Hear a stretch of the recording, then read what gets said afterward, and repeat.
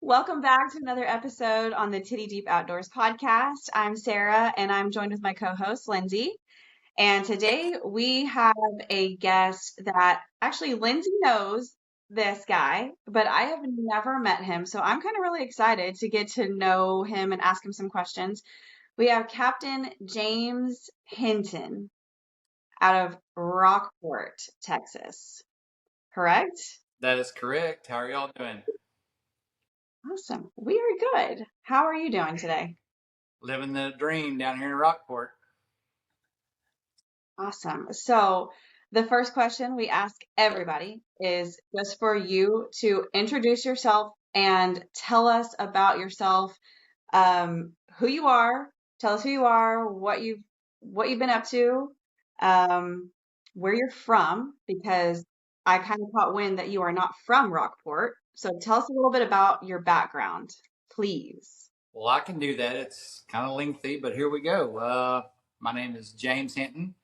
Uh, I'm a farmer, rancher, retired from the very northern panhandle part of Texas. Until just 3 years ago, I'd never even seen saltwater. Um, Pretty much needed a change of pace, and some friends of mine brought me down here on a fluke and introduced me to this life, and uh, decided this is this is where I wanted to go and what I wanted to do. And I throwed everything I had into it and determination. Here I am doing what I can. Uh, Love Rockport. Love everything about this area. People here are awesome. Fishing's awesome. Uh, yeah, just kind of literally living the dream.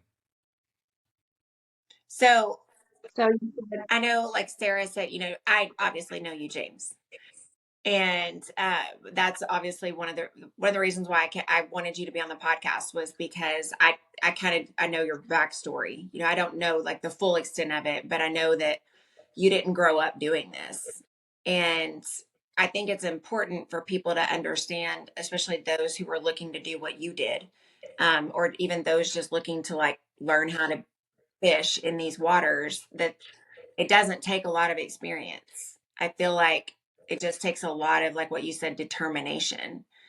So I want to go a little deeper into that story though, because like you said, you kind of threw everything at it. Like, can you be like, describe like what that looked like for you? So I've been a farmer and rancher my whole life. Uh, didn't fish much as a child. Never fished really as an adult. Maybe two or three times as an adult, even. And I'm pushing 50 now, so that's a substantial amount of time that no Damn. fishing, no fishing. So um, honestly,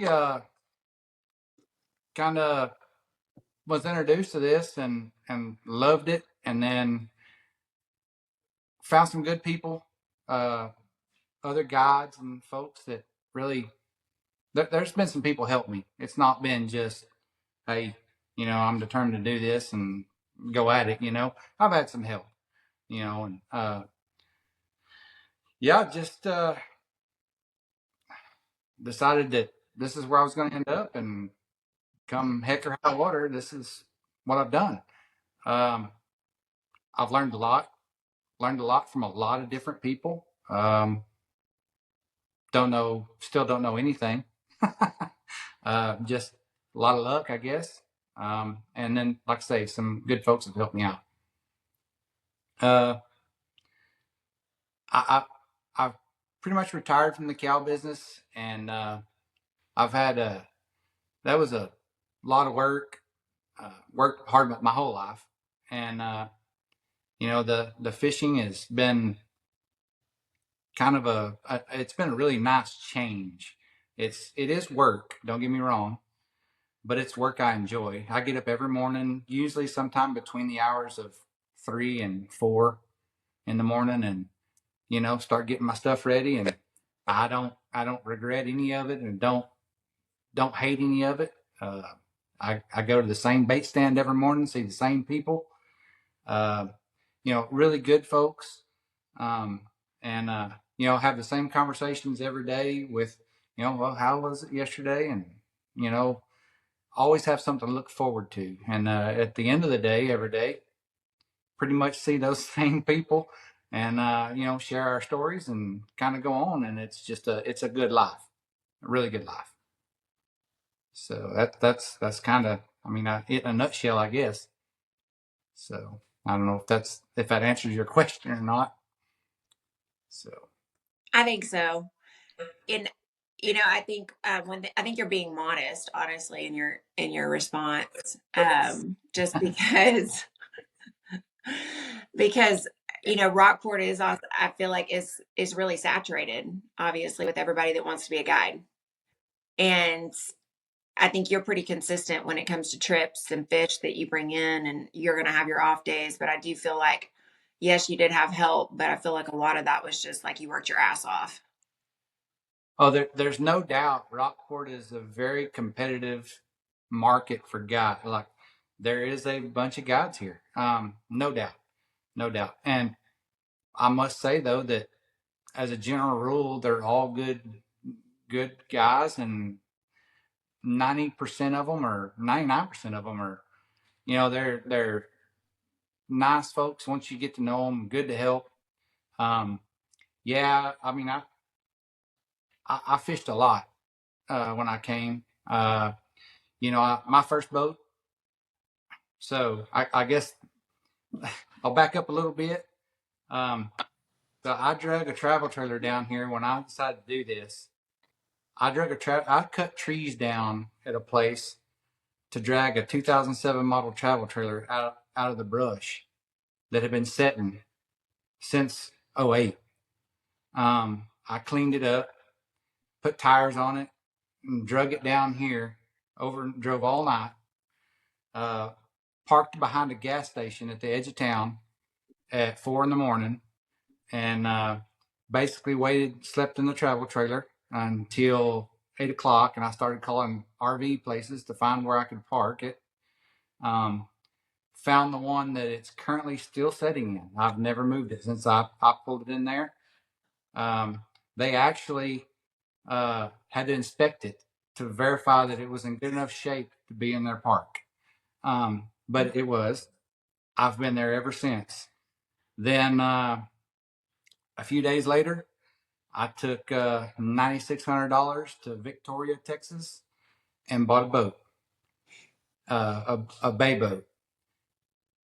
I'm not going to name the brand because overall it was a great boat, and you know, that's the money I had. I had a $10,000 budget to get started, to make my first paycheck, and I spent $9,600 on a boat. So obviously we didn't, you know, couldn't do much. Um, my first trip was given to me by a friend of mine. Um, and it was actually a Babes on the Bay team that wanted to do some pre-fishing. I remember that. And good friend of mine sent me that trip and said, "Hey, I need somebody to take these ladies." And I said, "Man, I mean, my boat was a small boat. Uh, you put two people on it, you can do pretty good. You put four people on it, you're standing in 6 inches of water the whole time you're fishing." And that was okay with them. They just wanted to fish, and uh, I took them. And sure enough, you know, we all walked around in water for most of the day, and we caught the heck out of the fish. We laid the smackdown on them, and so that really excited me and got me going. Um, the next day, Babes on the Bay, I had a team, uh, pulled a zero. So yeah, it went from great to, you know, here we go. Um, so spent a few more months with that same boat, run that boat like crazy, fished a lot of trips, fished a lot on my own, fished with other people. Uh, you know, done a lot of trading out. You know, I'm fairly mechanically inclined, so there was some good trading to be done there, where, you know, I could help other people that, you know, that needed mechanical issues dealt with, and in return, you know, they throw me a bone, you know, and so did a lot of that. Then, I finally put together enough money. I swapped that boat and through a lot of other little trades along the way, ended up with this Mayak Illusion, 22 and a half foot Mayak Illusion. And that's been the best thing, like, since my last child was born. That's been the best thing that's ever happened to me. Uh, that boat is nothing short of awesome. So, and yeah, it's kind of how things got rolling. So it certainly was not without some work and some determination, uh, but it hasn't been anything I've regretted or not loved the whole way. I've enjoyed every bit of it. I took my son, not this last Thanksgiving, but the Thanksgiving before. Probably one of the highlights of my career down here. Uh, Thanksgiving was that particular year. I think it was 2 years ago now. Uh, Horrible weather, awful. Waves were coming over the cleaning table at Copano Bay. If anybody is familiar with Copano Bay, on a north wind, hard north wind, that thing is brutal. But that's my water. That's some of the place I like to fish. I can't say it's my water, but that's where I like to fish. I had a trip actually. Customers, I had the boat in the water, was sitting waiting. They rolled up in front of the ramp, cracked the window just enough to not let the rain in, but let the voice out.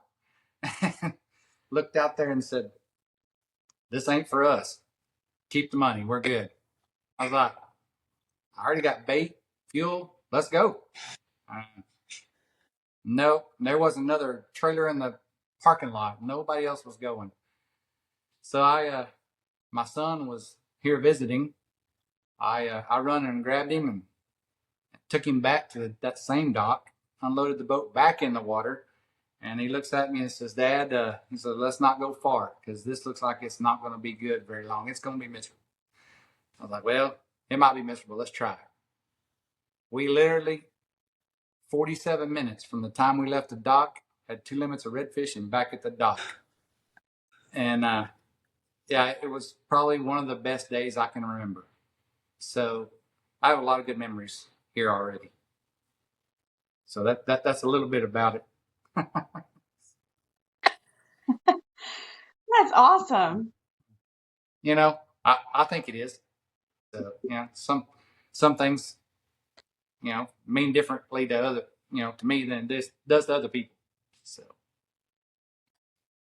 Oh, yeah, I can tell you're like passionate about it. So I'm listening and I'm like, gosh, I have so many questions already for you just because like it sounds like such a fairy tale like type story. I'm just like, wow, okay.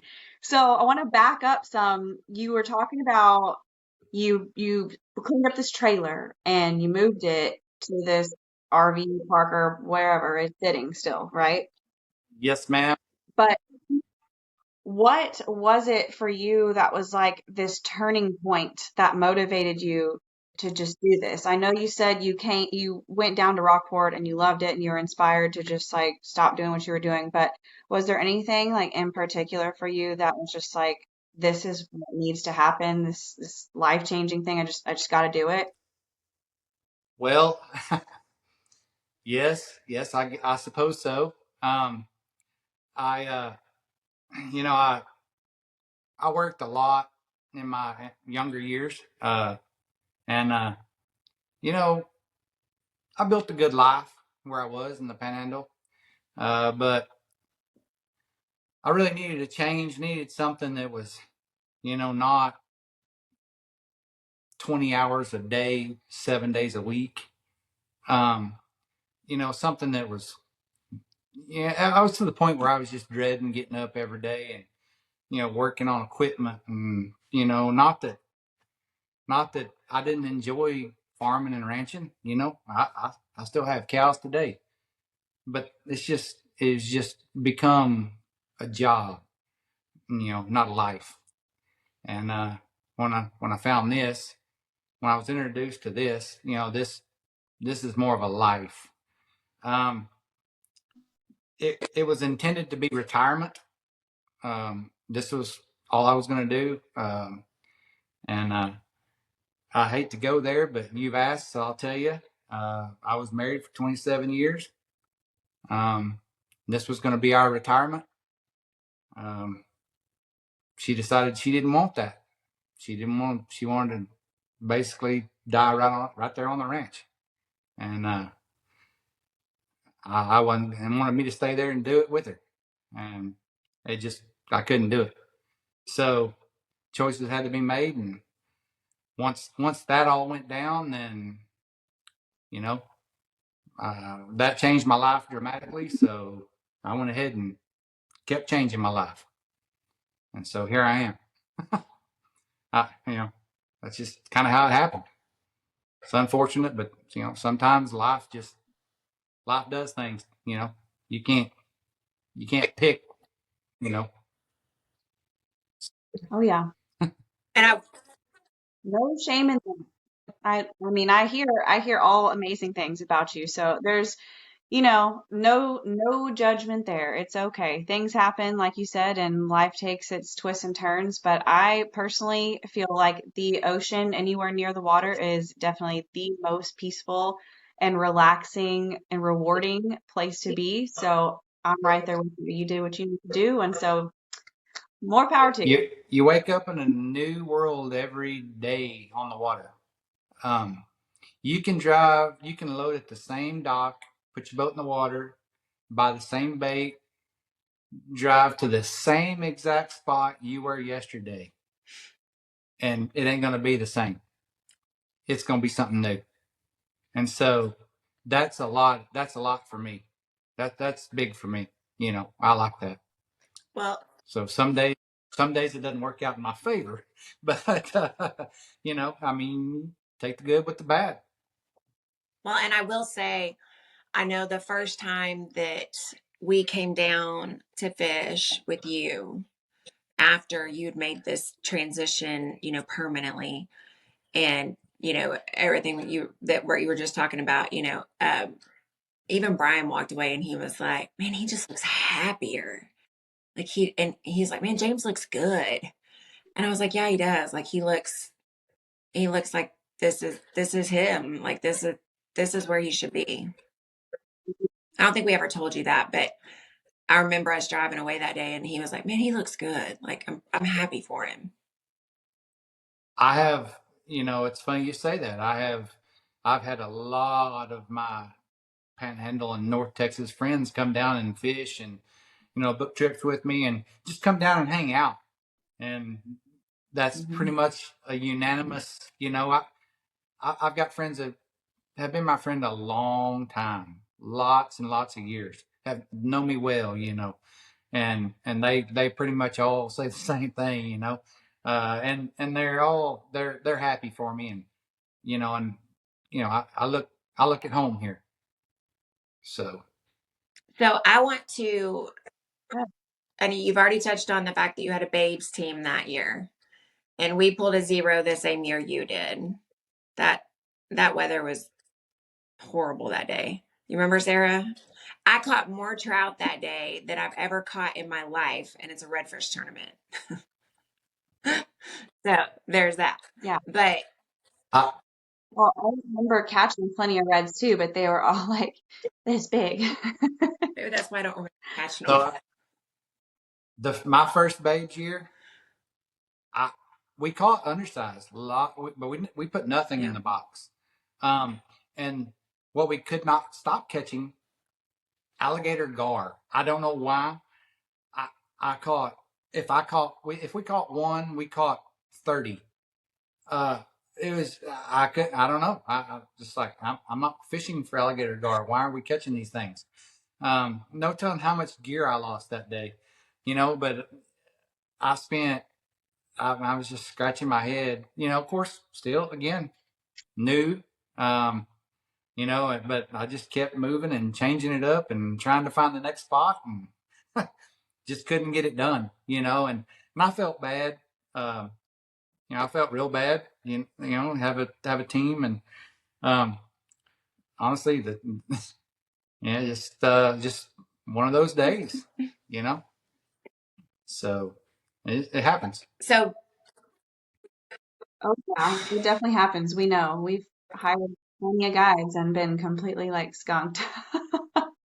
So I'm sure it's not you. It's just, that's why it's called fishing, not catching, right?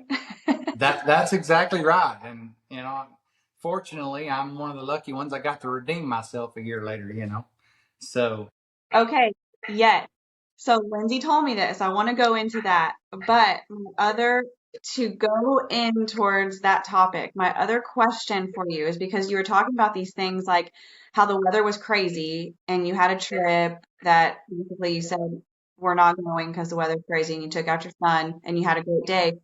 But since you were brand new to fishing and haven't been doing it that long, I want to know, I guess, some of the key things that you have learned so far that are like that you've learned to look for and when you're going to find fish that are like a make or break kind of deal for you. well, I guess to to touch on that subject, we're gonna have to start with the weather. I I guess my friends that are guides here, their general consensus is they all want it windy and nasty, not terrible wind, but they want the water to be rippling. And I'm opposite. I love it when that water is like glass. You can see those fish a mile away. They can see you a mile away, which is everybody's point.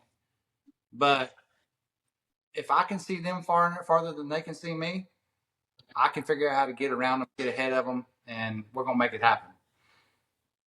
That said, some days, most days, that doesn't happen. The weather doesn't communicate or cooperate. Um, so I've learned a lot from some other guys. Um, you know, and I've learned a lot from by myself, just experience. Uh, I fished a lot of stuff that most people won't fish. Airboats pretty much about the only guys that fish a lot of stuff I fish.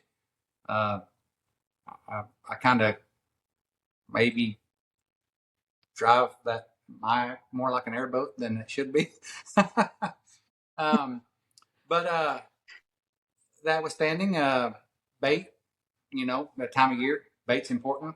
Um, where you put the bait, that's pretty important. I'm not going to give a lot away. Uh, but if the tide's moving out, you kind of know where to fish. If the tide's moving in, you know where to fish. Wind's blowing one way, wherever the wind's hitting the bank, it's pretty good shot. You're going to have some good luck there. Those are kind of the basics, I guess. If that's what you're asking, I don't know really how to go into detail. I, you know, Yeah, no, that's good. And since you've mentioned bait, do most of your clients that you take out now, do you fish with bait or do you do artificial or both? um, primarily I do bait. Um, the general public, uh, no fault of their own. I mean, I'm okay with it. I like it. I like bait fishing. But the majority of folks, you put four people on a 22 and a half foot boat and hand them all a rod and a reel with an artificial on it. Um, yeah, there's a lot of casting going on, a lot of reeling, a lot of stuff going on, and they got to be the right four people that do it. To for everybody to be safe. You end up with a bunch of people hooked, and so I get hooked enough with throwing bait. My people. So, yeah, I try to. Artificial is kind of one of those things. If I have some folks that they book me and they tell me up front, hey, this is what we want to do. Um, yeah, we can make that happen. Um, Me personally, I do both when I fish by myself. Um, I, you know, I have a Waterloo rod with a salinity rod with a Corrado on it, bait cat or bait caster that I use for with the artificials. That's all I use it for, and that's how I spend I guess, my me time on the water. When the conditions are right, I like to go out, and that's what I like to use. Um, customers or if the water's nasty, yeah, I like bait.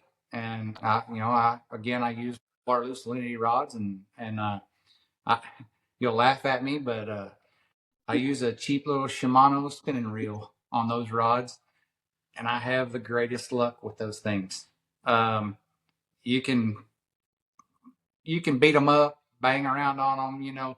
Short of dunking them in the salt water, they'll take a beating from customers. They're just they're people. People make mistakes and you drop them in the boat, drop them in the water, and stuff like that. Uh, but bait wise, those are what I like to use, and customer wise, those are typically what I do use. I hope that answered your question. Oh, yes. Yeah, it does. So do you typically buy shrimp for your customers? Is that the type of bait you use? So it varies depending on the time of year and what the fish are eating. Um, most days I take either summertime, especially. I like croakers. I love fishing with croakers. That's my go-to. And while you cannot always catch redfish on croakers, contrary to what a lot of people think, you can catch some redfish on croakers.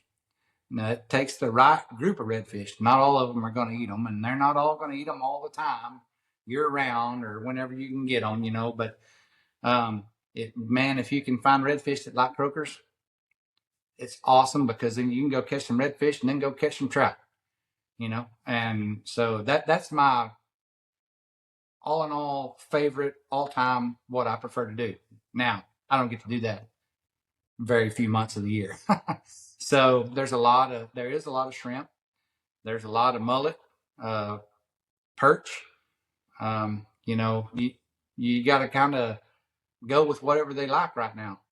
Um, just last year I was in a spot where I've been catching redfish every day. I was the only guy there every day. I was there for 30 days straight, probably catching redfish. I get my limits of redfish and never move. And I was catching them on mullet, and then just one day they quit and um, just shut off. And you could see that they were there. They just wouldn't eat it. And so I threw some of that mullet over the side and waited about 10 minutes, and I threw a cast net over the top of it, got me some perch, throwed them perch in there, and bam, it's on. And so for 5 or 6 more days, we used perch, you know.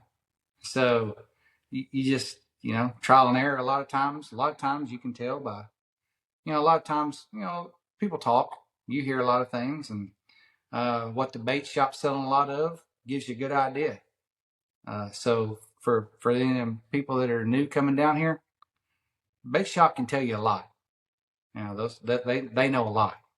So they're pretty. I use Ann's down here under Paradise Key. I hope it's all right, but I'm gonna throw a little plug in there for her.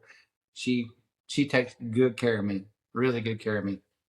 So, but you get a relationship with a good bait stand, and they can give you a lot of information, point you in the right directions if you're struggling. So, yeah, that's kind of that.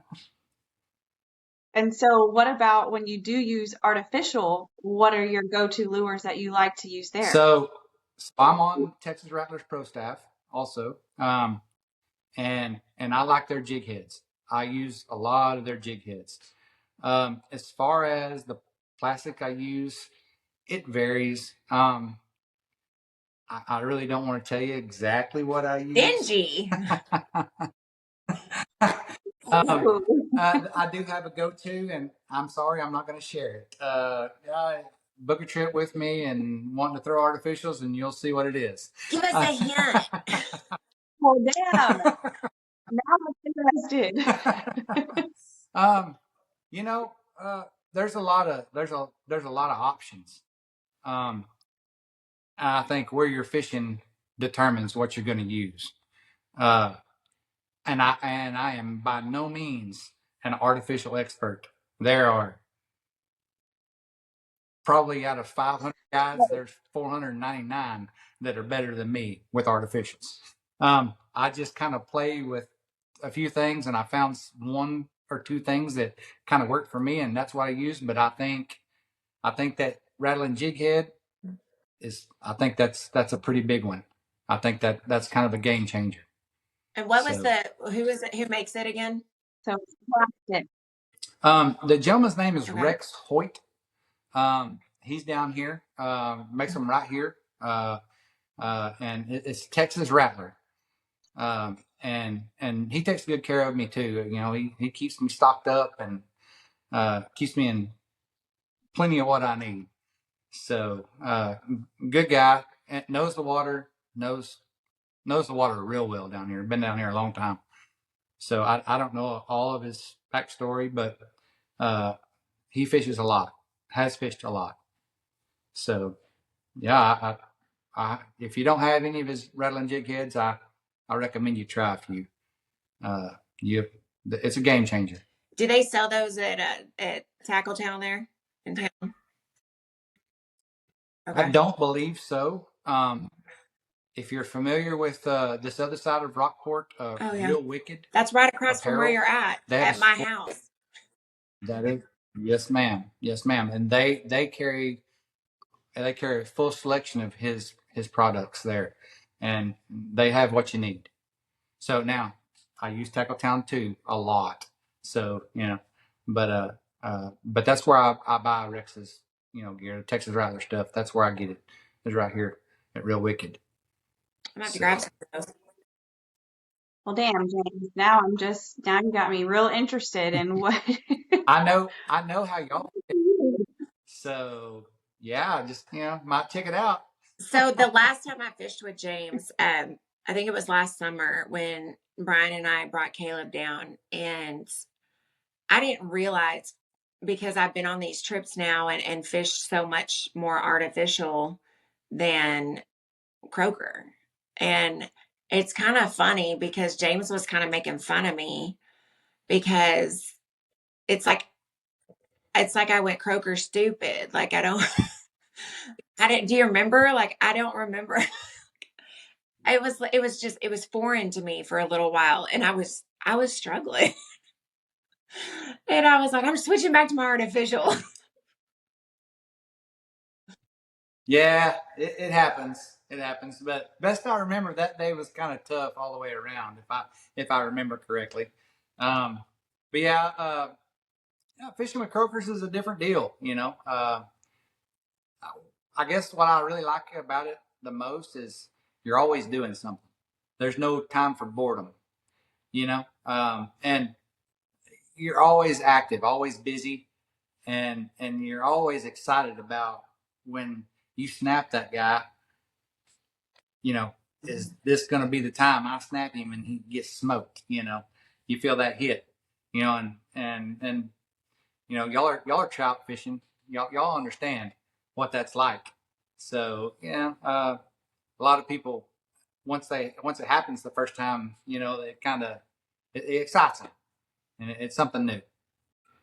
So Well, should we?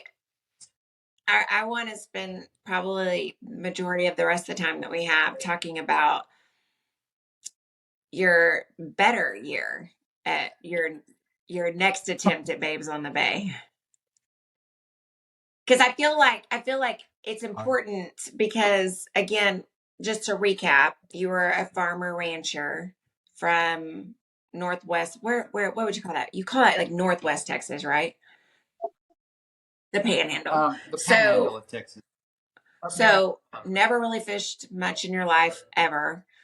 Came down, fished, loved it, sold everything, gathered his money, moved an RV in that barely didn't even know if it was going to pass inspection, and then paid cash for your first boat and a $10,000 budget. You put a big fat zero on Babes the first year, and then what did you do the next year? Oh, we did all right. We won. We won the guide at any bait. So I felt, and I think we won it kind of handily. So I'm trying to not brag or anything, but we did brag. all right. No, I'm not gonna do that. I couldn't have done any of it I've had help. I've had a lot of help, and I didn't figure all this out just out of nothing. But that day, it was God said it's your day, and it was. Um, Admittedly, that day was a kind of a roller coaster of emotions for me. Uh, Sat there. First lining, if I remember correctly, was at 6:09. Was the first line in the water, and I had everything baited and ready, and had the ladies all holding the rods, and I said, "Tell me when it's 6:10. We're gonna make sure we don't break any rules here." And I was like, "We're gonna give it an extra minute." And at 6:10, I said, "One at a time." I cast them, and handed it back to them, and said, "Let's go." I cast the first one, and before I could even get it in her hands, out of my hands, it was on. As soon as she grabbed it, it tried to jerk it out of her hands. I was like, well, maybe we're going to get one. I grabbed the second rod while she was reeling that first fish in. I cast it. As soon as it landed, wham, 2 on. Grabbed the third rod, cast it, wham, 3 on. I was like, well, I ain't casting another one because this is going to be chaotic. So we're sitting there, and sure enough, I think the first 3 fish that come on the boat were exactly 28 on the money. And I ended up with 4 more 28s, and I think we had a stringer of 14 or something before it was over, and like all of them were over 26.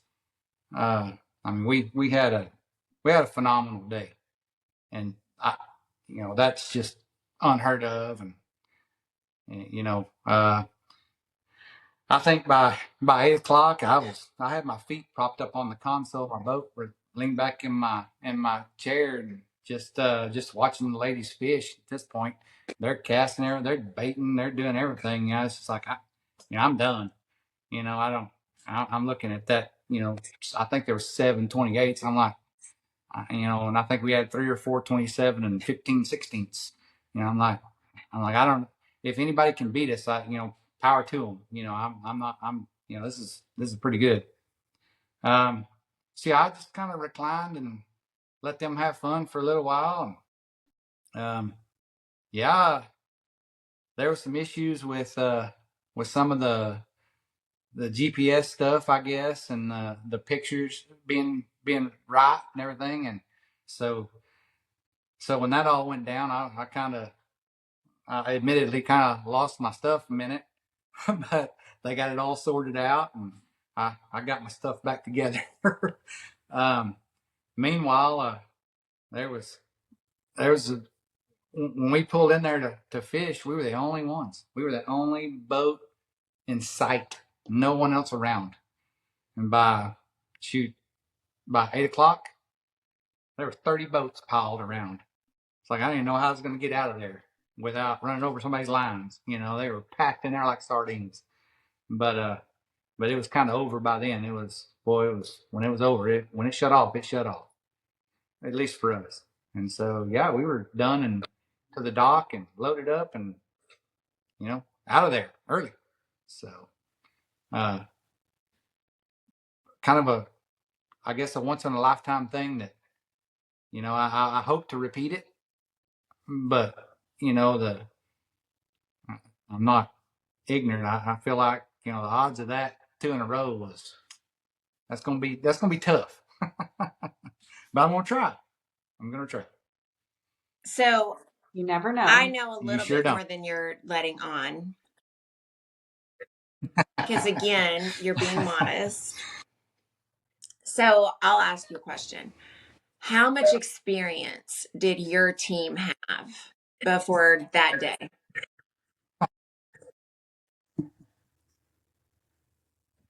Pretty much zero. One of the ladies on the team had fished on the coast before, I think once, maybe. Um, Maybe twice. The rest had never fished down here. They had fished up in North Texas where they were from, um, but very very little experience. Very little experience, and um, yeah, we didn't pre-fish. I mean, it's just like, here's what we're going to do. Uh, I kind of had to run it down. I'm like, you're going to feel a few little taps and maybe, and when you feel that steady pull, then set the hook and reel, and just otherwise let it sit. Well, that day we were way lucky, way blessed that day, because there wasn't no taps. Them redfish were angry. Like, I think we were throwing the bait and hitting them. That's why they were pissed off, because they didn't mess around. When they hit the water, they smoked it. So, but yeah, very, very little experience, but they did a great job, and they handled themselves really well. They were taking turns, with netting, and there was a lot of chaos going on in that situation. And I'm over here like pulling my hair out, like running around like crazy, getting bait and all this stuff, and they're trying to measure and put them on the little board and take pictures and turn in the information, and there was a lot going on, and they did well. I have to give them way lots of credit, even though they had little experience. I have to give them a lot of credit. They did phenomenal. So I know at one point we talked to you, or I talked to you the day before. Like you said, you didn't really take your team to pre-fish. But I remember one thing you did say you were doing, because I think I texted you. I can't remember who texted you. Maybe it was another girl on my team. And we were like, "What are you doing? Like, did you pre-fish today?" And you said, "I was out catching bait. I'm fishing for bait." So I thought that was interesting, because I So wanted to bring that up. And you don't have to tell us what bait it was, but I do remember that this kind of goes back to what you said a while ago, where you were like, you've got to watch what they're eating. You've got to watch what bait they're going after, know what they're wanting.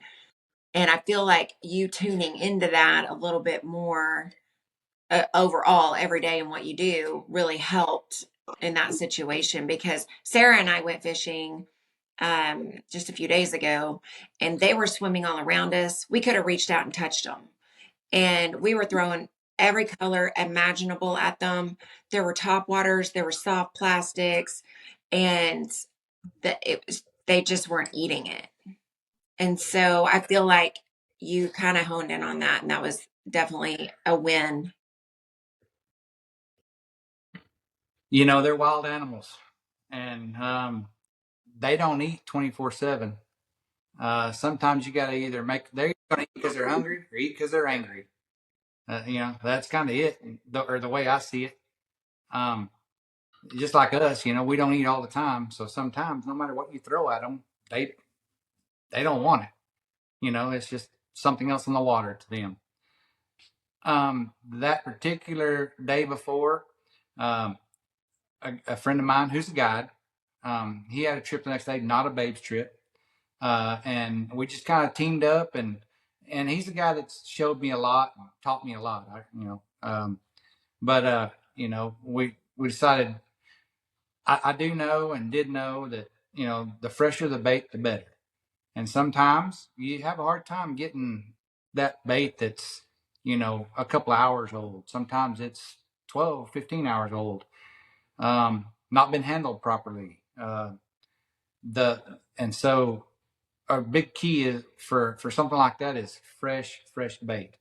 So we went and caught bait. We went and cast netted bait. We spent 4 or 5 hours just just just cast netting bait, until we were both just give plumb out.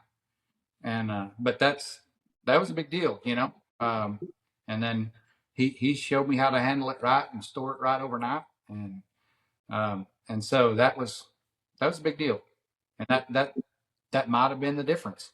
You know, uh, I don't mind telling you, it was mullet. Is what we caught those fish on. Um, and that mullet, if you do much bait fishing, you know that if it sets a little while, it starts losing how much blood is in it. When you cut a slice of it, off. Um, if it's very old, it won't have any blood in it at all. But if it's fresh, it'll bleed like crazy, and that's what them fish smell, and that's what they like, and that's what they're coming for. That's as close to what's in their habitat as you can get. So that's kind of a big deal, and I'll be doing the same thing this year. So hope I didn't give too much away. Taking notes. No, we do we do the we do all. And a lot of that is because we don't have, well, I mean, I will say our team this year is all pretty good in artificial. But we feel like it's the biggest category. So I also feel like for me it's more competitive. So like if I'm going to win some, this is just me personally talking. I'm going to win something, it's not because I feel like I'm at an advantage because I can go soak a croaker or use a popping cork and, pop the hell out of a shrimp. It's because I feel like, okay, it sounds better to be like, okay, I was number one out of 300 teams versus I was number one out of 12. Right. I know that's stupid. Sarah and I both threw artificial last year. And we threw all of it, but I think Sarah had an artificial on probably majority of the time. I was kind of like half and half, but I feel like if you're going to go all in, but also it's not just because like there's a lot of people out there that are like, well, I am artificial only. At that point, I'm just like, I want to win only.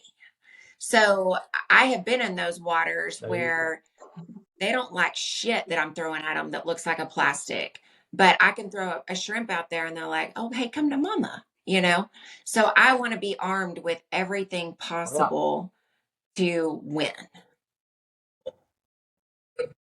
Well, I've seen them swim right up to a shrimp and just touch him and just swim right around him and keep swimming.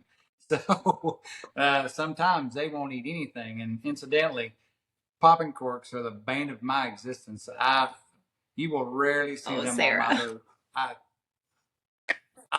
I'm not a fan. Oh, Sarah. Yeah, sometimes you don't have a choice. Sometimes you just have to use them, But and I have setups in my tackle bag for it if I have to, but for the most part, I don't put them on my boat on a rod and reel already rigged up because I don't want to go there. You just broke Sarah's heart.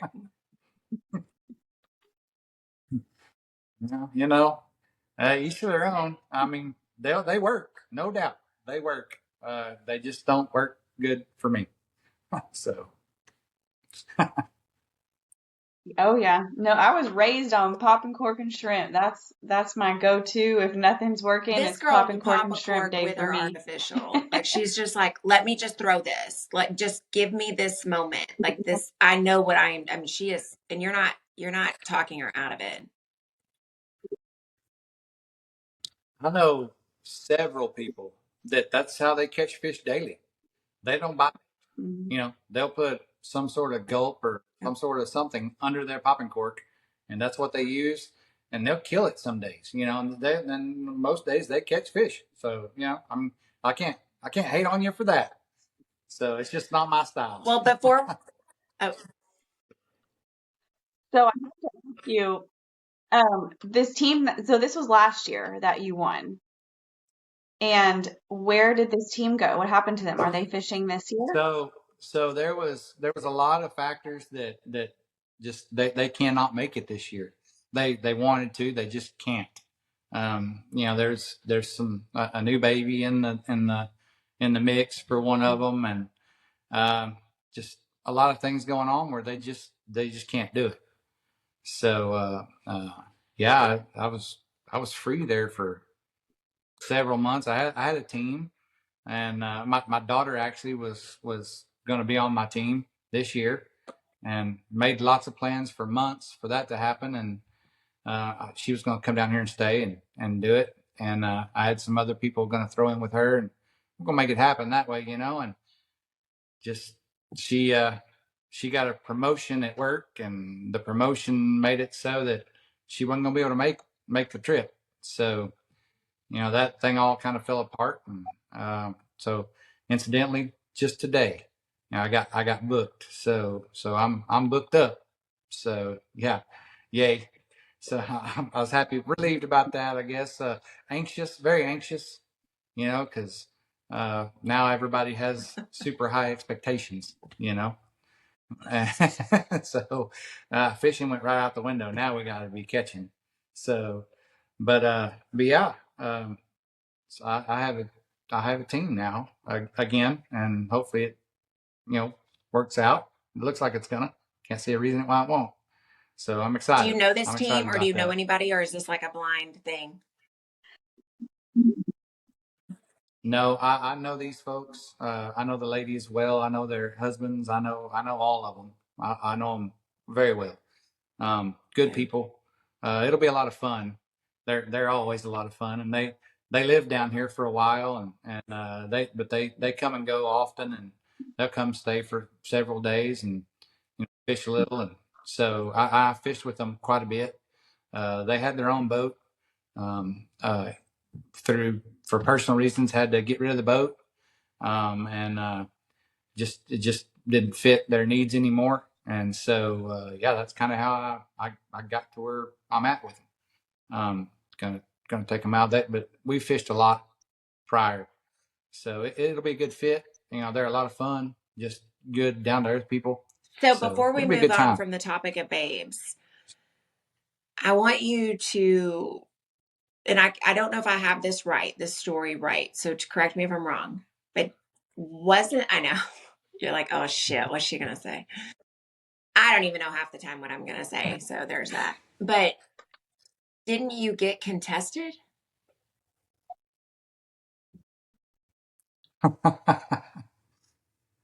I wasn't gonna bring any of that up or say anything about that. I You don't want to didn't make tell the me it was babes on off the bay limits. folks I just upset feel like with it's me. important to talk about it because it's a genuine, it's actually a real thing that happens in these tournaments. Oh, absolutely. And it wasn't nothing to do with the Babes on the Yeah. Bay faculty, on those folks. It was other contestants, other guides specifically. So, so yeah, that goes back to it was a roller coaster of emotions for me. You know, um, by the time weigh in or whatever you want to call it, getting kicked off, um, we're sitting there in the tent and based on the leaderboard, I've we've got it won, and I'm celebrating already at this point. I've done all I can do. What else am I going to do? And so I'm a happy guy, really happy guy. Team's all happy, everything's happy, and then somebody informs us that we're one of our first Redfish 28 is getting contested, and I immediately got upset. And then one of my teammates says, "Hey, you know what? It's okay because you got all these other 28s in line right behind it. Like, what are they going to do?" I'm like, all right. So then I'm happy again. And I wasn't a very good person that day, I guess, because you shouldn't be upset. On a day like that, you should be just happy no matter what. But I couldn't help it. I got upset. Well, then it wasn't 10 minutes later. Find out they protested another fit, another 28. And this went on, and I think I had 3 or 4 of my 28s protested. And we won some and lost some. But when it was all said and done, the next guy behind us that he couldn't catch us. And so at the end of the day, uh, it hurt my total score, my total count for inches. But it still didn't put him within victory distance. And he's just over there spending money, for nothing, gaining nothing. So yeah, so I got protested. I think there was 3 protests, and there was 10, 15 minutes between each one when we find out about them, and so I'm sitting here going, I'm happy, and then you're getting protested again. I'm like, so now, well, really? So now again, and I got people calling me, asking, and I'm like, oh, yeah, we're good. And then all of a sudden, oh, well, maybe we might not be good. I don't know. So, it was all stuff that was just, I understand in a tournament like that, they got to be like on the, it's got to be perfect. And we had some pictures that weren't great. We had some, pictures where we had covered the spot just a little bit, or and stuff like that. And that's a lot of how they won some of them. And then I think we had one 28 that was just touching the line too much, because so it's 28 and 63/64 of an inch or something, yeah, stuff like that. And you know what? The guy, hey, he won a couple of the protests, but in the end, he lost the, he won the battles, but he lost the war, kind of, and just spent his money for nothing. So yeah, that was, I understand.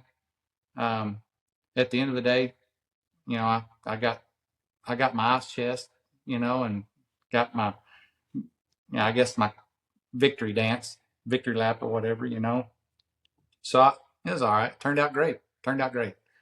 You know, uh, I guess the highlight for me, that the ladies were all just super excited that they won. But then for me, I got guy of the tournament. I won, best guy in the tournament. And I mean, I don't know, you know, for a guide, what how do you top that? So for me, that was my, victory right there. So, yeah, sorry if I'm not trying to brag, or, I like I say, I've had help. No, and I wanted you to So. touch on that because obviously we're just a few weeks away from Babes. And so, and obviously you just picked up a team. And then of course we have a team and, Sarah's husband, God bless him. He signed up, to take us last year. And then of course, so we were like, okay, we got to take us this year too. I mean, this is like a thing now. And so, he's already like, well, I wish I wouldn't have done this. But I wanted you to talk about it because we are so close to the tournament.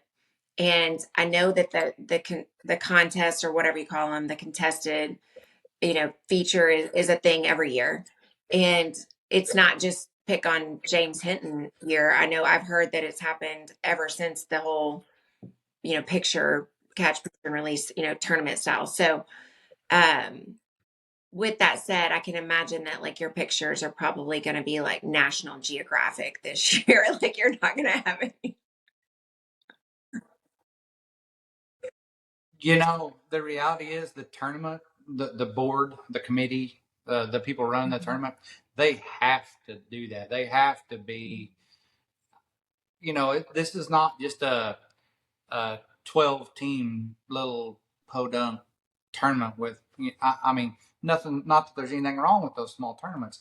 This is a very large tournament. Even though there's not a ton of money at stake, there's a ton of emotions at stake. Let's put it that way, and a ton of bragging rights. And so, they have to. The people that put that thing on, I don't want their job. I don't. Boy, they got a tough job because no matter what they do, they're going to upset somebody. I mean, especially in a protest situation, somebody's not going to be happy with the results because there's going to be a winner and going to be a loser. And that's just the nature of it. Um, but they have to have that. I feel like if they didn't, there would be so much cheating going on, and we, my team, uh, I think they fully didn't expect to do what we did. Um, they hoped to have a good day and have some fun, and that was what we set out to do. But then when it got real was when it was, oh, somebody's got to take a lie detector, you know, and that's intimidating, you know. But fortunately, the teammate that got chosen was just like, let's do it. We didn't do anything wrong, so, and rumors spread. I've had countless people, you know, question where we went.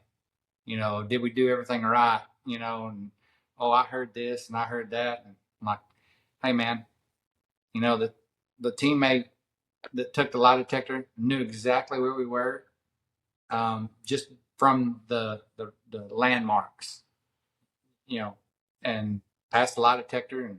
And I made a point to follow the rules the best I could. I mean, if I read them rules, I slept with them rules. So I knew them and I made sure to follow that. So it paid off. Um, but there's always going to be some people that aren't going to do the right thing. And because of that, they have to have those rules and they're going to have that ability to protest. And I mean, that kind of that's just the way it's going to be, the way it's got to be. So, James, prior to Babes on the Bay last year, had you fished any other ladies tournaments? No, no, I fished some, let's see. Actually, prior to last year, yes, I'd fished a tournament called Saltwater Sweeties. And and I'll fish it again this year, assuming I have a team. It's put on right down here at Con Brown. Um, so that's a tournament, um, that I think every lady should join. So I, I'm a member of the Coastal Bends Guides Association. Um, and it's basically a group that's nothing but guides, and you're verified from top to bottom, very strict, like uh, corporations and people like that can contact the Coastal Bends Guide Association to hire a guide, and they know they're going to get a guide that's licensed, insured, drug tested, top notch guys. But one of the things we do is we support Driscoll Children's Hospital, um, out of Corpus. And some people may not know who that is, but basically, children that have serious illnesses like cancer, things like that. Every year, us guides of the CBGA, we put on a tournament where a child that's capable brings a nurse, gets on our boat, and we take them and they have their own little tournament. There might be 20 of those kids show up, there might be 60. And there'll be all these guides. We'll all be there, and we all do this tournament with those kids. Um, but how we pay for that, is through the Saltwater Sweeties tournament.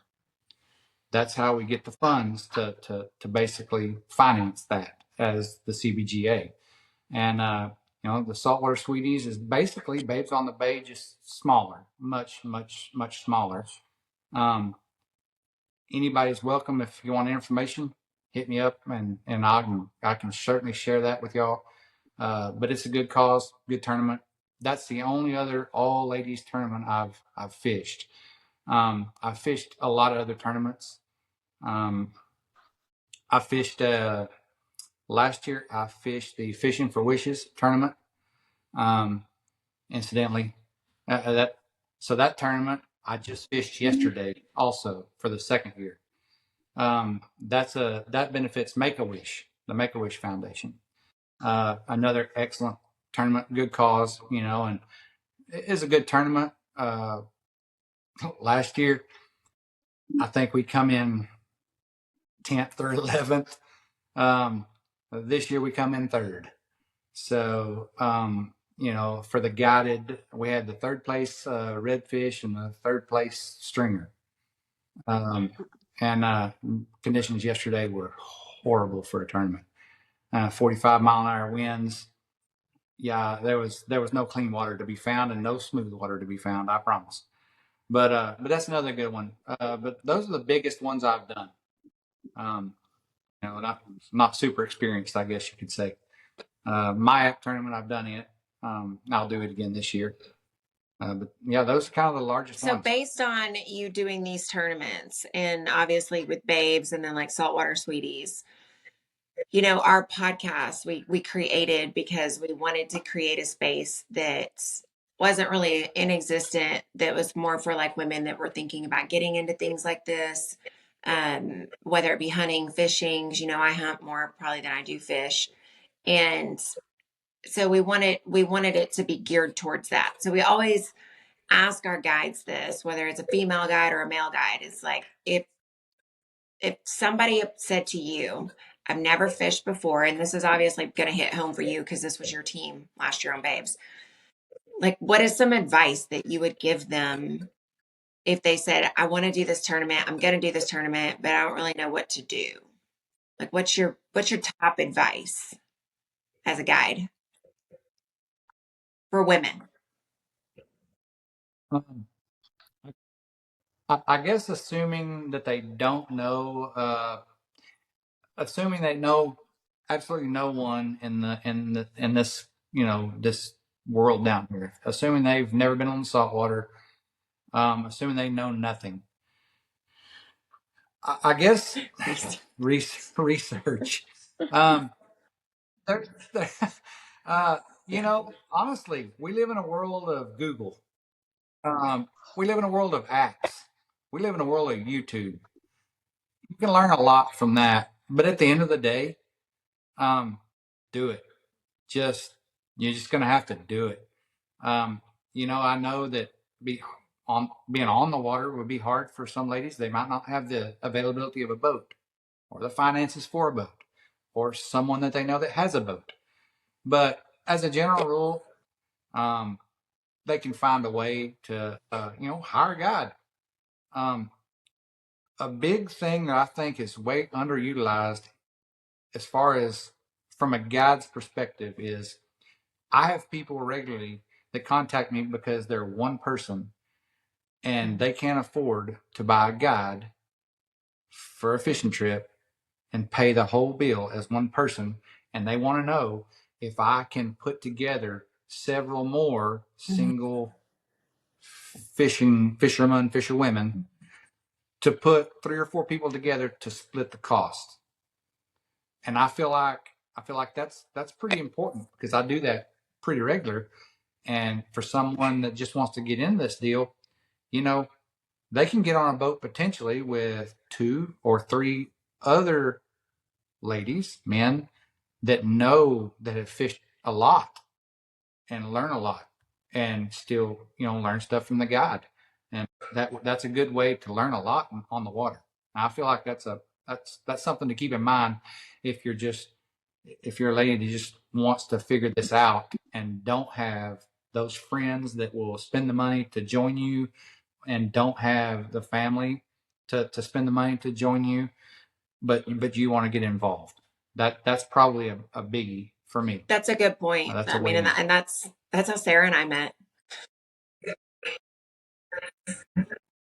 Worked out. See, there you go. It works. There you go.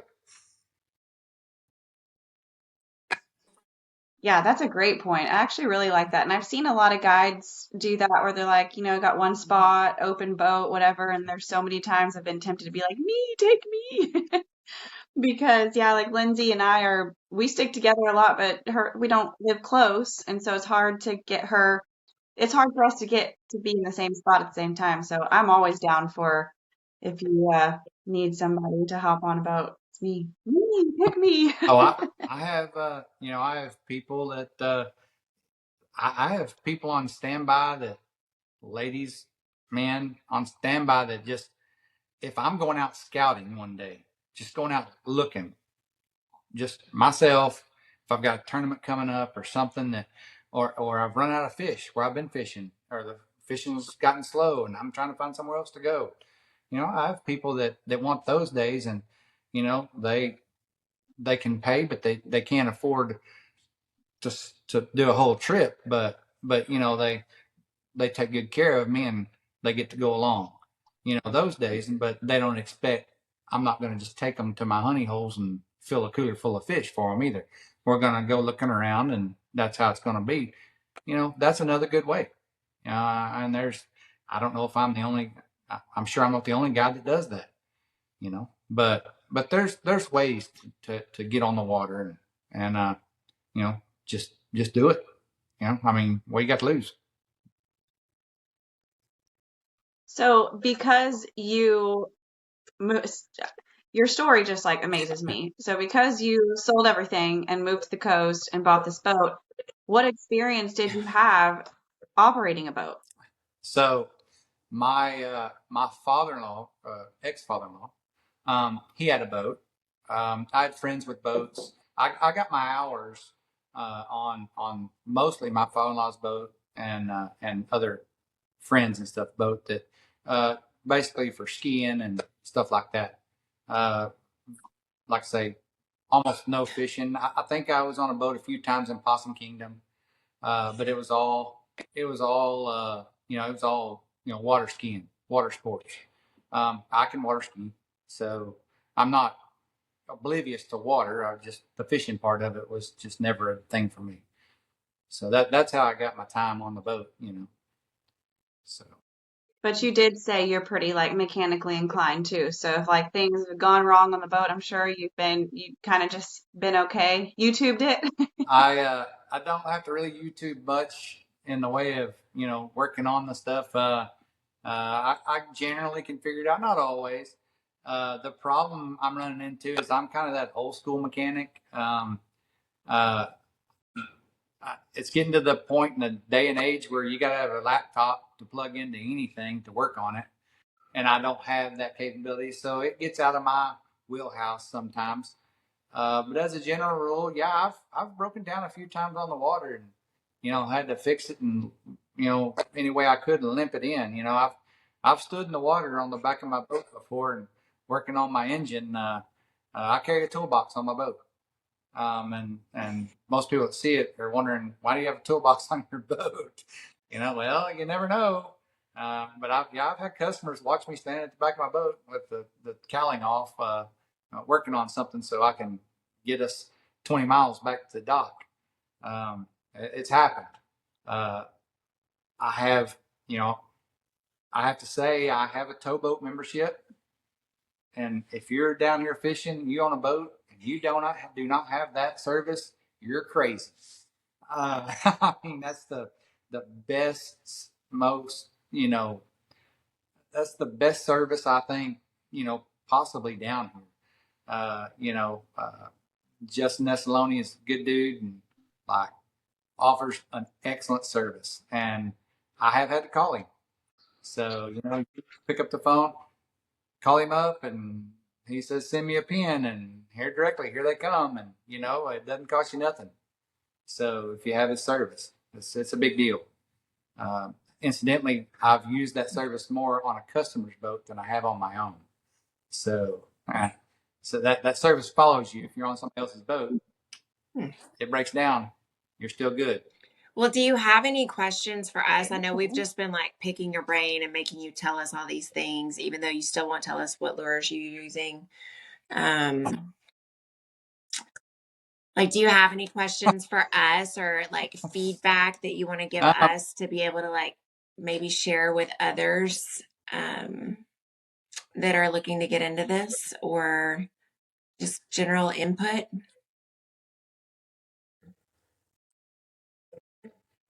um, I think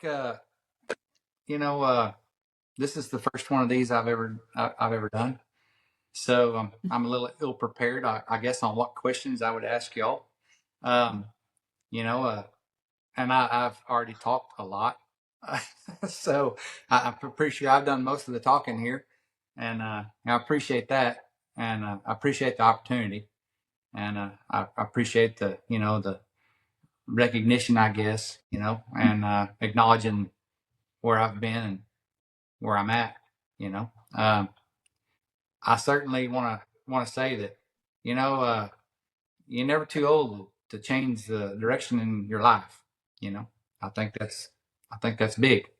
So uh, if at first you don't succeed, try again.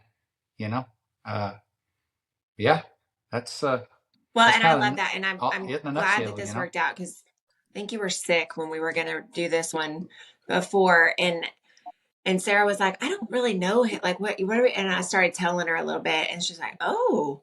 And I was like, we've got to do this before Babes, because I just feel like your whole story of coming down to Rockport and everything we've talked about, but then to pair that with the no experience of the team. And, I think that it just resonates with a lot of people that are listening to our podcast and following us on social media, because we have had people reach out to us and say, I would like to do this, or will you talk about this? Or will you show me what you do with this?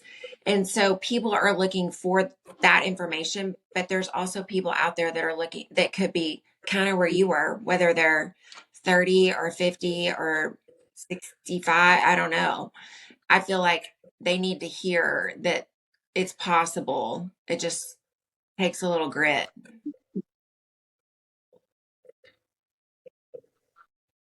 Oh yeah, there's I guess a lot of people have the illusion that there's no help out there and no don't take this the wrong way, but a lot of people are not willing to share what they know, or anything they know, um, especially for somebody that's new. You A lot of times you're just kind of on your own, but there are some, and there's a lot that are really good to help out somebody if they see you're really eager and want it. You know, there's those people that are always out there. So just find those people, and uh, people see you trying. Generally, if they see you trying hard enough, long enough, somebody will come up and say, hey, you know that hey, I'm so and so, and I notice you ain't giving up, so maybe I could offer a little assistance, and that's a little bit what happened to me. So yeah, uh, don't give up, and there's all kinds of information out here, especially somebody new wanting to get into it. I feel like I got lucky with the CBGA also, and that we help each other. Uh, we help everybody. You know that's our kind of our deal, but we really try to help each other.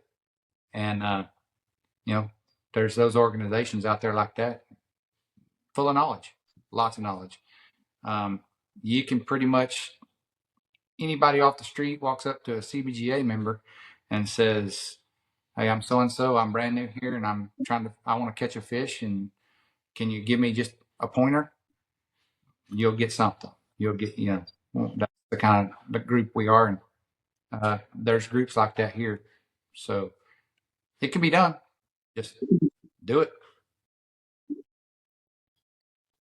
I love that. And I can't, these episodes just keep getting better and better. I feel like Lindsay and I keep ending these on a note of like, wow, we can't think of a better way to end this, because what you're saying is exactly why we are doing this and why we want guests just like you, because we feel like this whole fishing thing sometimes, yeah, like what you said, it goes to a lot of people's heads, and it's like they're too good. They don't want to share knowledge with you.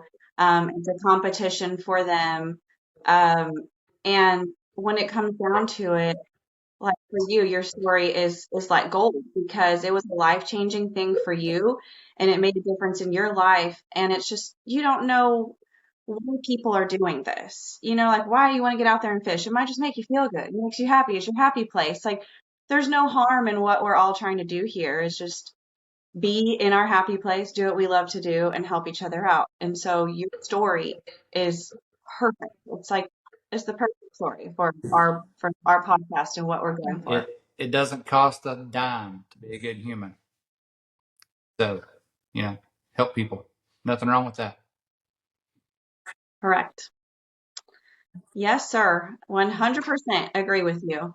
Well, I am so glad that we got to do this, James, and I'm so glad that I got to meet you. So now I can put I Facebook friended you like weeks ago. So I'm glad that I actually get to hear you and see you, and so now I consider you like a friend of mine, just like you are Lindsay's, and she tells me great things about you, and you've been helping her out with her house and stuff. So I hope to meet you here in a few weeks when we go to Babes, meet you in person. I'm excited, and now I can mark another something off Podcast. my checklist that I experienced. Uh, I, Podcast with Titty Deep. yes, yes. Um, I, Lindsay's constantly scolding me about my I guess my social media presence. I don't.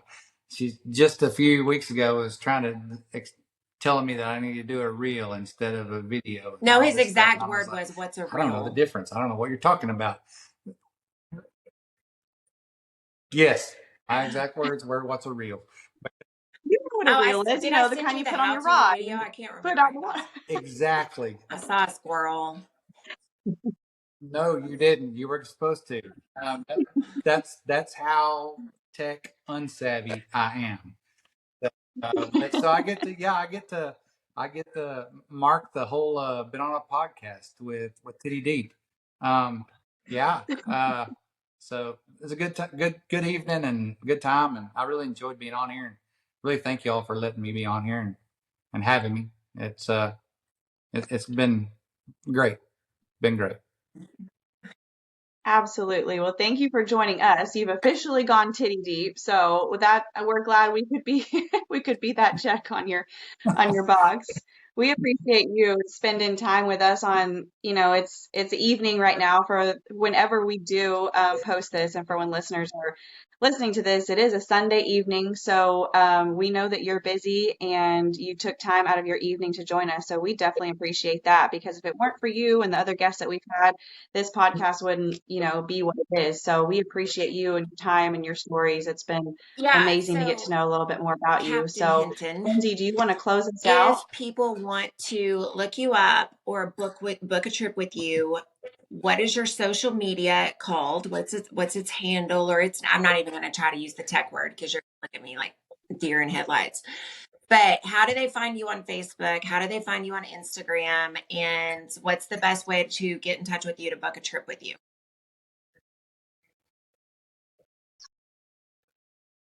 Okay, so the best way is obviously Facebook is, or just call my phone number. I'll give you my phone number. I'm not scared of that. But Captain James Hinton on Facebook, or Redfish Reaper Guide Service on Facebook. Um, uh, I actually am putting together a website currently. It's not quite up and running yet, but it's on the way. And that'll be redfishreaperguideservice.com, I believe, is what that'll be. My my phone number, it's real easy. I got the only Amarillo, Texas area code in Rockport. um, yeah, 806-673-1409. Shoot me a text, phone call. I'm easy to get a hold of. But Facebook Messenger is probably your best bet. Um, that's kind of, I'll eventually see that. My phone don't always have service, but when you put something on Facebook, it always comes through eventually. Well, So, but yeah, that's the best way to get a hold of me. And of course, Lindsay, you have my yes, and contact info, so they I'll can make find sure me through you whenever if they we have to. do post the podcast announcement and update, we will tag you in that post on Instagram and share that information as well. And I do believe I probably have a copy of the logo somewhere. So I will add that as well. So we just make sure people kind of identify, since that's pretty unique to you. I bet you can find my logo. And incidentally, we had discussed some photos that you liked that you had, and uh, I have to give a shout out, to the person responsible for those. That's Kelly Young. Um, coastal bend freelancing. She's professional photographer, up and coming. Does an amazing job. She's for hire. You know, does a great job for me. And so, absolutely, if And we you've sure heard will, because I pictures, know I saw those pictures and I was give her like, a I have shout to have out. those, James. Make sure I get those.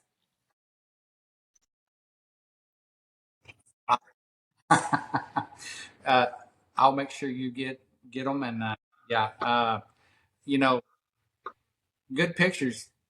I used. I'm again. I'm not tech savvy, so photos for me. I'm sure people look at my Facebook and go, "Ooh, why did he use that picture?" You know, but I'm getting better, and you know, got she's been doing some of that for me now, and it's a world of difference and a world better. So looking forward to seeing y'all, and I'll get her to take some photos. We can all maybe we can all do some fishing when y'all get down here. You know. Yes, that'd be great. So. Oh, wait, Nobody Sarah, told he you that also you had told to us that learn we how had to to book a fish trip and with be a him to find out what photographer. lures he So, uses. So there we go. Yeah.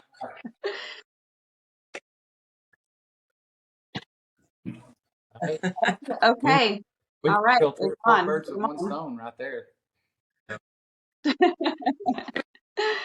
Awesome. Well, thank you again for joining us this evening. I really, really appreciate your time. I know Lindsay has had amazing things to say about you, and so I'm so glad that I got to meet you and see what all the raves been about. So I think you're an awesome person, and I thank you again for joining us. So we will see you in a few weeks, and good luck this time, this tournament, and good luck fishing between now and then. Hope you find them. Good luck to y'all, and tight lines. Bye, y'all. All right, tight lines. We'll see you next time. We'll